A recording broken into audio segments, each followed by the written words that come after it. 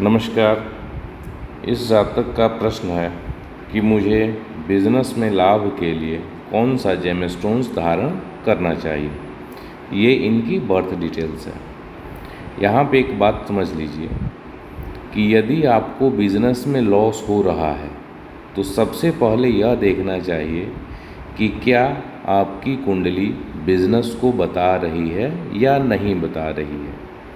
क्योंकि कई बार कुंडली के स्ट्रेंथ को जान लेना, अर्थात आपके लिए क्या सूटेबल है, क्या करना चाहिए और क्या नहीं करना चाहिए, यह सबसे बड़ा रेमेडीज़ होता है।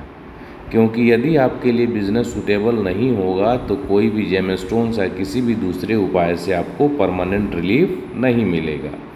लेकिन यदि आपके लिए बिजनेस सूटेबल है और साथ ही वैसे ग्रह जो बिजनेस के लिए हेल्पफुल हैं उनके रत्न पहनने से आपको लाभ होता है। ये इनकी सिंह लग्न की कुंडली है। आइए देखते हैं बिजनेस को किस प्रकार से इनकी कुंडली में देखा जाए और इनको प्रॉब्लम क्यों आ रही है उसके भी रीज़न को, उसके कारण को ढूंढा जाए। इस केपी वाले सेक्शन में हमें आना है। यहाँ आने के बाद हमें आना है सप्तम भाव जो बिजनेस का होता है उसके उपनक्षत्र स्वामी को देखना है। दसम भाव जो कार्य क्षेत्र का होता है उसके भी उपनक्षत्र स्वामी को देखेंगे और साथ ही सहायक भाव जो बिजनेस के लिए है दूसरा, उसके भी उपनक्षत्र स्वामी को देखना है। तो कुल मिलाकर गुरु, शुक्र और शनि का हमें अध्ययन करना है। यहाँ एक छोटी सी जानकारी, ये 99555792 ये मेरा व्हाट्सएप नंबर है। आप किसी भी प्रकार के जेमस्टोन्स अर्थात रत्नों से संबंधित परामर्श के लिए, संपूर्ण कुंडली विश्लेषण के लिए, केपी एस्ट्रोलॉजी सीखने के लिए, वास्तु सीखने के लिए, एस्ट्रो वास्तु सीखने के लिए या फिर वास्तु और एस्ट्रो वास्तु के कंसल्टेशन के लिए आप मेरे इस व्हाट्सएप नंबर पर संपर्क कर सकते हैं। इस वीडियो के डिस्क्रिप्शन में आपको मेरे व्हाट्सएप ग्रुप का लिंक भी मिल जाएगा, आप वहां से भी चाहें तो ज्वाइन हो सकते हैं।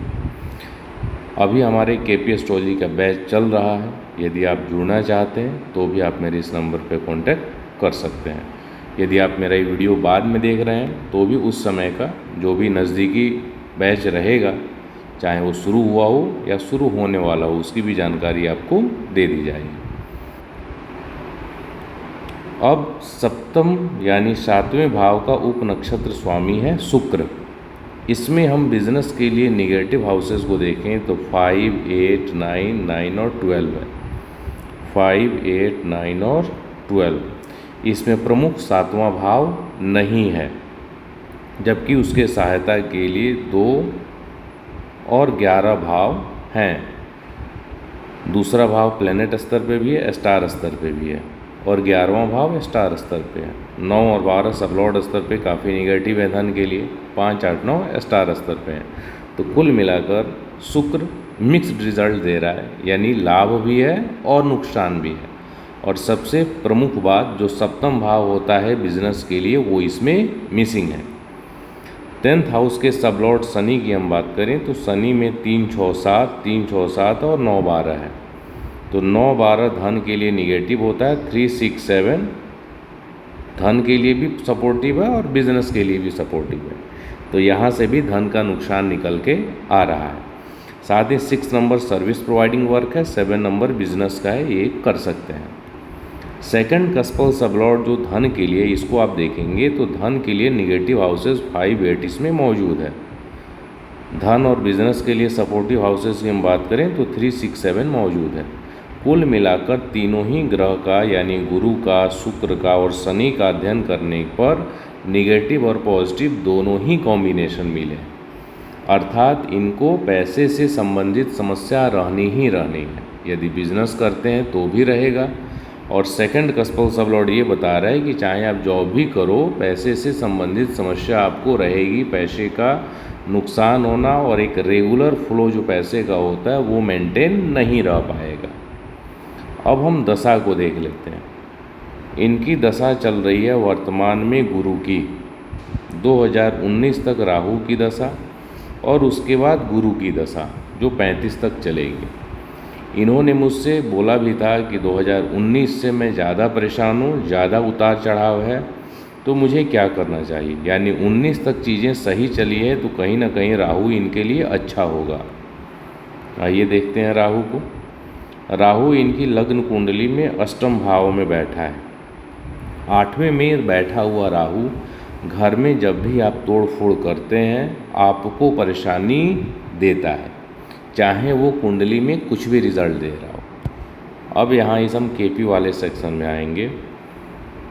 केपी वाले सेक्शन में जब हम आते हैं तो यहाँ राहु रिजल्ट दे रहा है 1 2 4 5 6 8 9 11 का, 1 2 11 का और 3 6 7 का। ये कॉम्बिनेशंस अच्छे हैं, ये भी अच्छे हैं। इसमें 5 8 9 तो निगेटिव है, लेकिन बाकी 2 6 11 कम्प्लीटली पॉजिटिव है।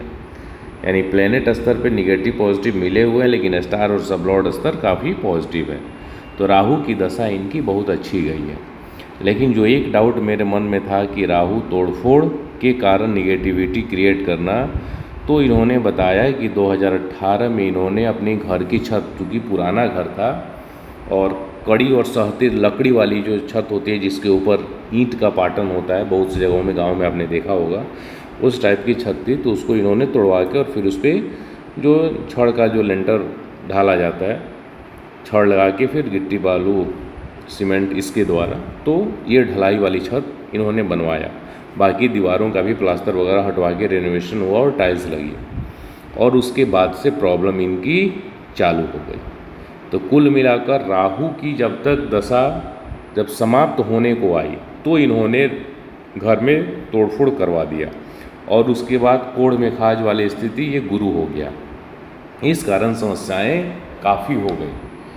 अब इनके शब्दों में समझें तो राहु की दशा में लगभग इन्होंने 1 से 1.5 करोड़ की चीज़ें प्रॉपर्टी वगैरह बना ली थी, लेकिन गुरु शुरू होकर और अब तक की जो हम बात करें 6-7 साल की, तो 50 से 60 लाख का इनके ऊपर कर्जा हो गया है।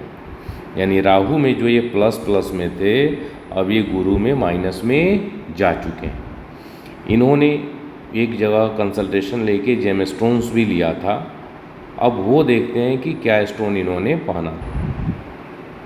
इन्होंने मुझे ये फ़ोटो भेजा कि मैंने एक एस्ट्रोलॉजर महोदय के कहने पे ये 3 रत्न पहना था। सबसे पहले बात जो मैं यहाँ आपको बताऊँगा कि कभी भी 2 या 3 स्टोन का लॉकेट बनवा के या फिर उसको रिंग में बनवा के एक साथ धारण मत कीजिए।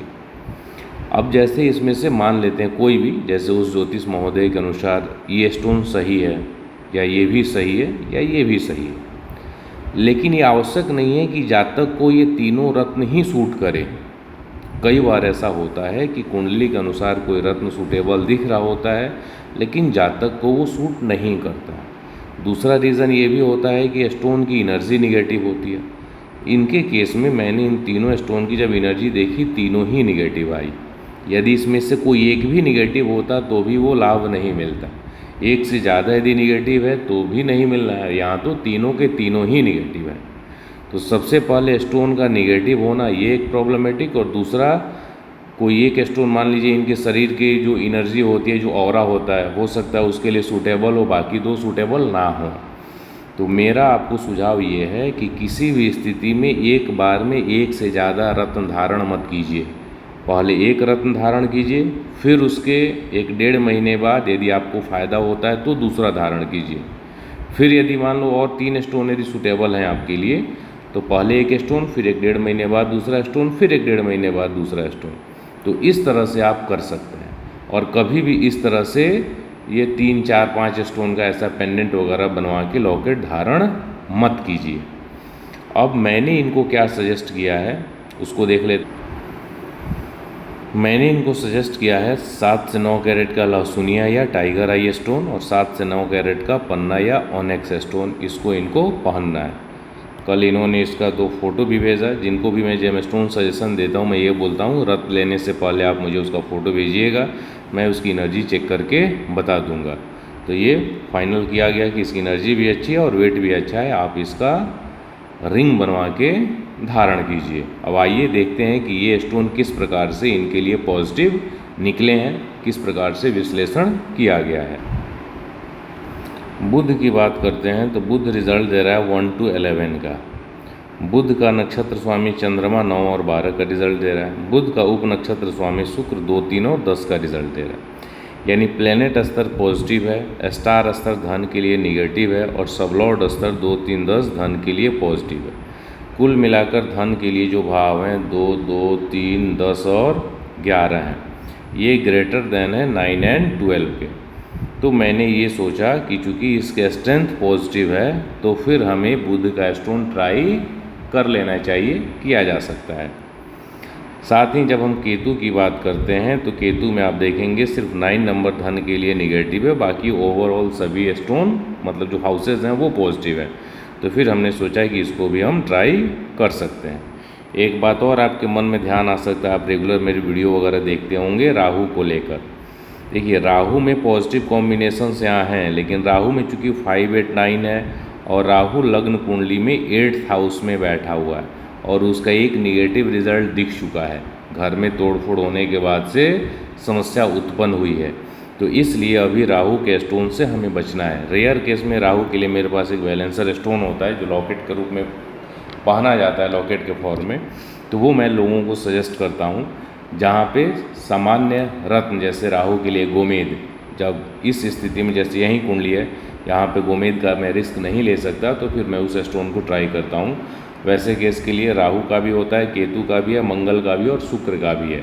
मतलब इनकी जो रेगुलर स्टोन है उनके अलावा एक अलग प्रकार का मैंने स्टोन बैलेंसर स्टोन ट्राई कर रहा हूँ और काफ़ी दिन से राहु का तो खैर 3-4 साल से यूज़ कर रहा हूँ और अच्छे रिजल्ट्स मिले हैं।